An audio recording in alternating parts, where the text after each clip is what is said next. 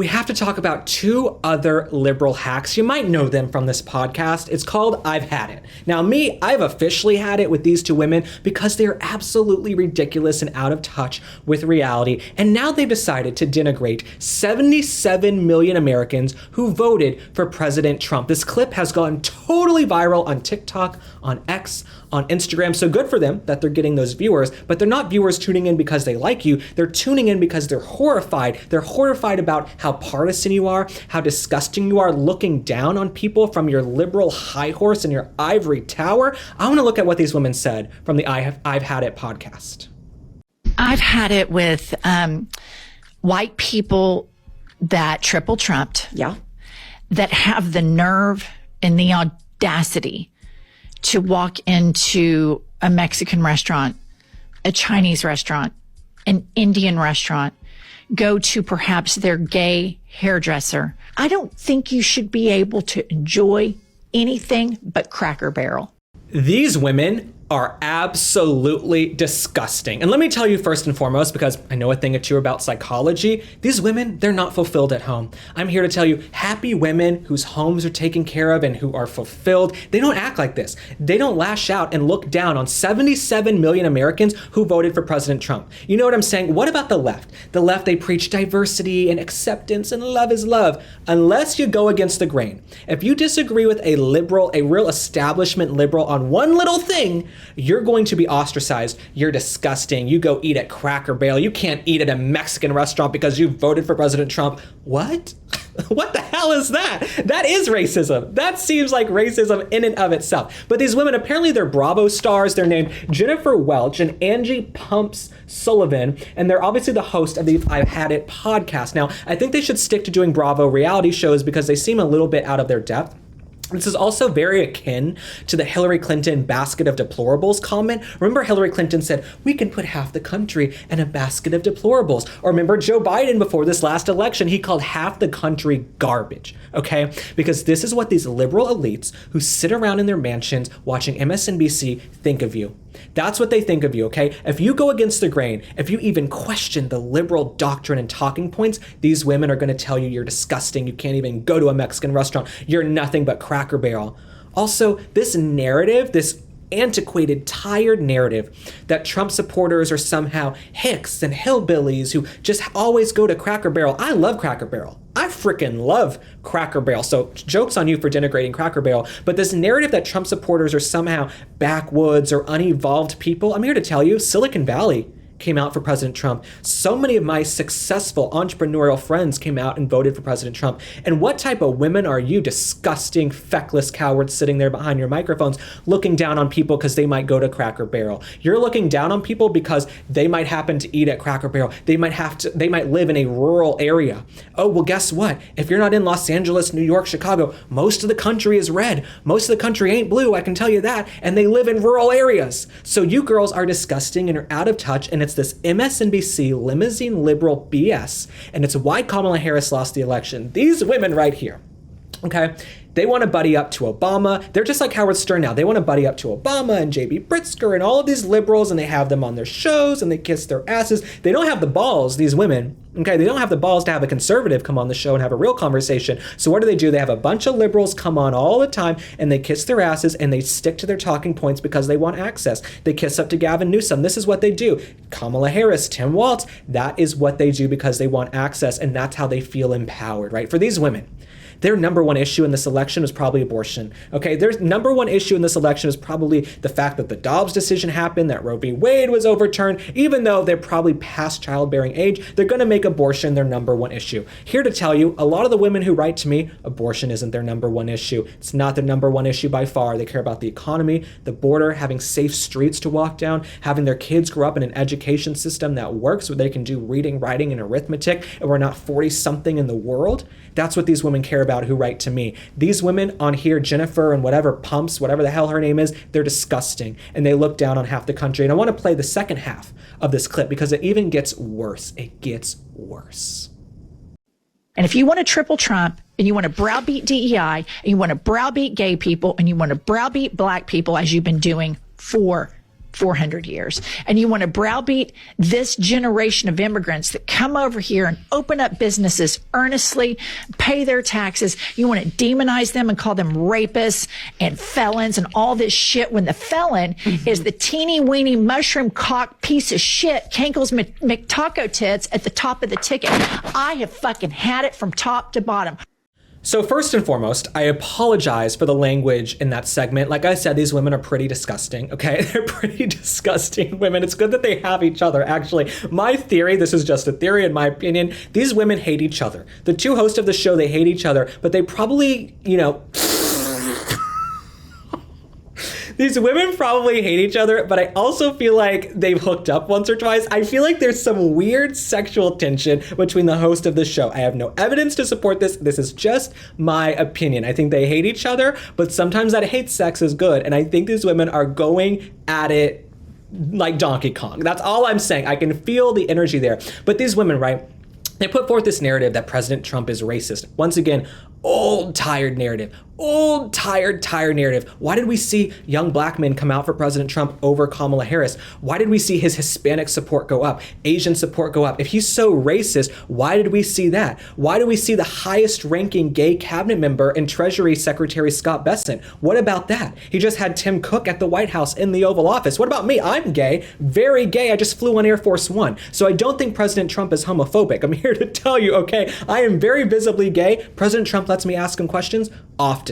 Okay, he's one of the most accessible presidents in American history, the most accessible, and it's incredible. That's how it should be. These women want to sit on their podcast and say the president is racist. What about the First Step Act? What about anti-recidivism? What about getting people out of prison and clemency? That's who President Trump is. Alice Marie Johnson. He has Alveda King working with him. He has all these incredible black leaders working with him. Okay, so this narrative that he's somehow racist just doesn't track. You guys just put up an African-American woman as your nominee and people didn't vote for her. Not because of the color of her skin, not because of her gender, because Kamala Harris is a buffoon who could barely form coherent sentences, okay? The woman was a joke. She was put in charge of the border, and when she was asked about why she didn't go down to the border, she's like, well, I didn't go to Uganda either. I didn't go to Barbados. Bitch! All we want is you to go down to the border for 5 minutes and see the invasion that's happening, okay? So when all these polls are showing you the top issues, it's not racist to have a secure border. But these women, Jennifer Welch and Angie Pump Sullivan, I actually don't give a shit about their names anymore. They're so disgusting. These women want to sit on their podcast and say that if you vote for President Trump, you're ugly, you're fat, you must eat at Cracker Barrel, you must be uneducated and racist. You know who's really racist? These women. You know who's really disgusting? These women. And this is that liberal elitism that had Kamala Harris campaigning with Beyonce and the Soros family instead of going to Michigan and speaking to working class Americans like President Trump did. You know what I'm saying? And Hillary Clinton, same thing in 2016. Should have gone to Michigan a little bit more, sweetheart. You've been in the game for decades. Should have gone to Michigan a little bit more. President Trump spoke to working class Americans, the forgotten men and women of this country, and I think it would behoove these girls, and I use the word girls as a compliment, it would behoove them on this podcast to go travel the country and speak to more folks, okay? They can sit in their little liberal echo chamber. They can probably pay their bills because they've got this captive, small, niche audience of folks who want to feel coddled and watch MSNBC and think of Trump as the boogeyman, but his policies are overwhelmingly popular and moderate, and that's who President Trump is. So we'll be tracking these women. I want to track these women a little bit more because they really just fascinate me how they sit there and they hate anybody who voted for President Trump. 77 million Americans were doing this now. We're still looking down on half the country. It's so sad. It's so just pathetic and so close-minded. And there's just something about the way they worded it and the way that they said it that just gave me the heebie-jeebies. It was so gross. You could just feel the negativity pouring out of these women. And I can say some rough things, right? I can get tough and be rough and tumble. You know, I'm not one to hold my tongue, but you can just tell their energy is nasty. There's a way to report the news and give your take, and then there's a way to just be downright nasty. And the way she was speaking about so many people, I'm here to tell you, Trump supporters, the ones I've met on the road, the ones I'm around often, many of you watching this, could not be nicer, kinder people. The folks I wouldn't want to hang out with are these folks who loved Kamala Harris and Hillary Clinton, these liberal elites. That's who I wouldn't really feel that comfortable around. When I'm out, okay, in a liberal city now and I see someone in a MAGA hat, I'm like, okay, I feel safer.